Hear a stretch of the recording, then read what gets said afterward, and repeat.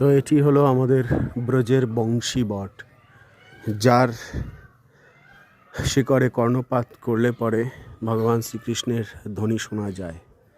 তবে অবশ্যই শুদ্ধ ভক্তরাই শুনে থাকেন সেটা।